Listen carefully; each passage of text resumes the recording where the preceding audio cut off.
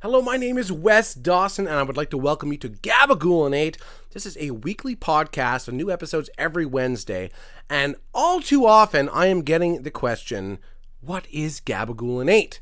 What do you talk about? What is a podcast? And why are you sticking these permanent stickers on my car? Now, the Canadian gem Shania Twain would like to say that the best part about being a woman is the prerogative to have a little fun. I would disagree and say that the best part of being a woman is Gabagool and 8 every Wednesday.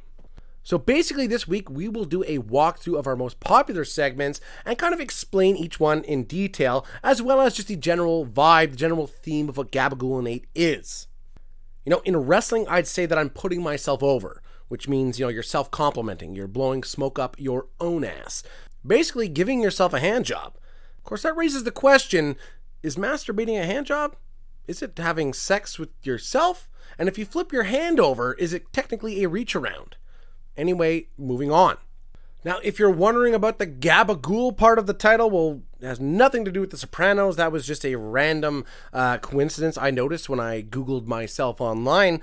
Actually, if you're looking for the origins of Gabagool for the purposes of this show, check out The Office Season 6, Episode 6, Mafia. And of course, in 8, because the whole concept to this show is that every single episode is exactly 8 minutes long. Now, some of you are saying, hey, Wes, you lying sack of dog shit. That's not true. Well, let me explain. You see, some episodes may be a little bit longer or a little bit shorter, but if you actually sit down and do the math and distribute all of the time throughout all the episodes, they are perfectly divisible by 8. Now, if this is not the case, count the difference, let me know, and I'll adjust it next week. Basically, having you helped me disprove your own point. All too often, I just found some podcasts were way too long. Some I really enjoyed, but they were 2.5 hours, 3 hours long. Honestly, there's only one activity that could have me sit in place in front of a computer for 3 hours, and I just don't have the stamina to do that anymore.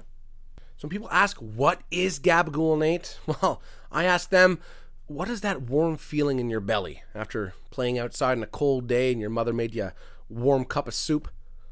What is that tingling in your toes when you're standing too high on a cliff ready to jump into a river? Well, actually, those are all just things that are easily explained through a basic understanding of human anatomy.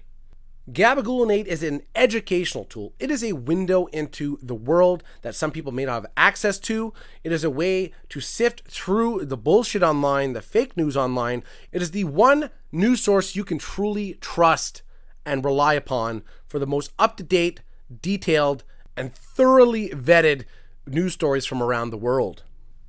So basically, Gabagool and 8 doesn't have any one set theme. For a particular series like The Pandering or Gabagool and 8 Spoken Word Musical Theater, it will have a recurring series where we'll follow one particular theme. But in general, it's the idea that Gabagool and 8 can go anywhere, touch anything, touch anyone, and fit inside of anything. So let's just go through some of the popular segments on the show. Of course, there's the expert panel, where I have invited a diverse cast of experts and scholars who provide their unique take on topics that are most important to you. That or friends who could be bothered to send me a 10-second audio clip, many of which cannot. And if you're listening to this and you think that might apply to you, well, then go fuck yourself. Of course, one of my favorite segments is Good Bad. Whatever the topic of that week's episode is, we will look at the good and bad sides of it. This way, giving an unbiased view on a subject. All too often, like a left-leaning or a right-leaning media will only focus on their viewpoint. By providing a good bad, I give a nice overall view of something so that you can make decisions on your own. Of course, another popular segment is Dumb Shit People Say Who Should Be Smarter. And if you've landed in this or the next category, you may want to rethink some of your life decisions, because obviously you're saying shit that is just having people, tilt their head sideways like a dog. Next segment, of course, is Shoot or Pistol Whip. Another favorite, because, not everyone should just be rounded up and shot for their stupid ideas, or maybe just pistol whip to put them back on track. So Shoot or Pistol Whip, another personal favorite segment of mine. Of course, we have Random Question Time, when there's a pressing question, an issue, or a topic that just doesn't fit into the narrative of that week's episode, we'll just plop that in there. Like, for example, some people will argue that the story of Adam and Eve from the Bible couldn't be true because at this point we'd all be disformed, inbred freaks. Well, here's my random question. is maybe we started out as like four-armed telepathic super beings. And because of these thousands of years of inbreeding, we've ended up as this race of four-limbed dum-dums who seem just as content arguing over medical and scientific theories that were proven centuries ago as we are consuming a 2,000-calorie drink and watching a wet t-shirt contest. Another popular segment would be Wow or Woof, where our recurring guest, basically a co-host of the show, Mac the Wolfhound, will judge celebrities and people I know purely based on their physical appearance. And I know some of you may be thinking that Mac the Wolfhound has not been as present on the show as of late, but allow me to explain.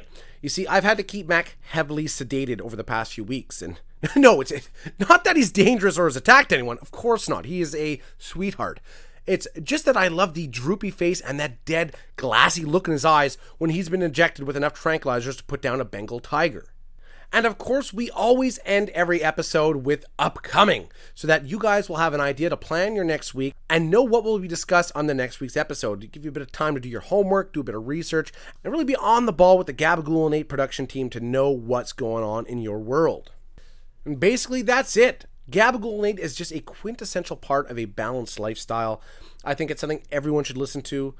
It certainly has helped fill a hole in my black heart, and hopefully it can do the same for you. You know, my brother had asked me, well, do you accept criticism for Gabagool and 8? And I said, well, of course, but is your criticism along the lines of themes or subjects you'd like to hear discussed, or the creative direction of the show? He's like, well, what if it's the creative direction of the show? I said, well, you can thoroughly go fuck yourself. I'm like, if there's things you'd like to hear discussed, I am more than happy to hear fan suggestions. So this has been Gabagool and 8. My name is Wes Dawson. Please listen, like, share, and subscribe. It may not seem like much, but those likes, those shares, they do mean a lot, and they help out my algorithm quite a bit.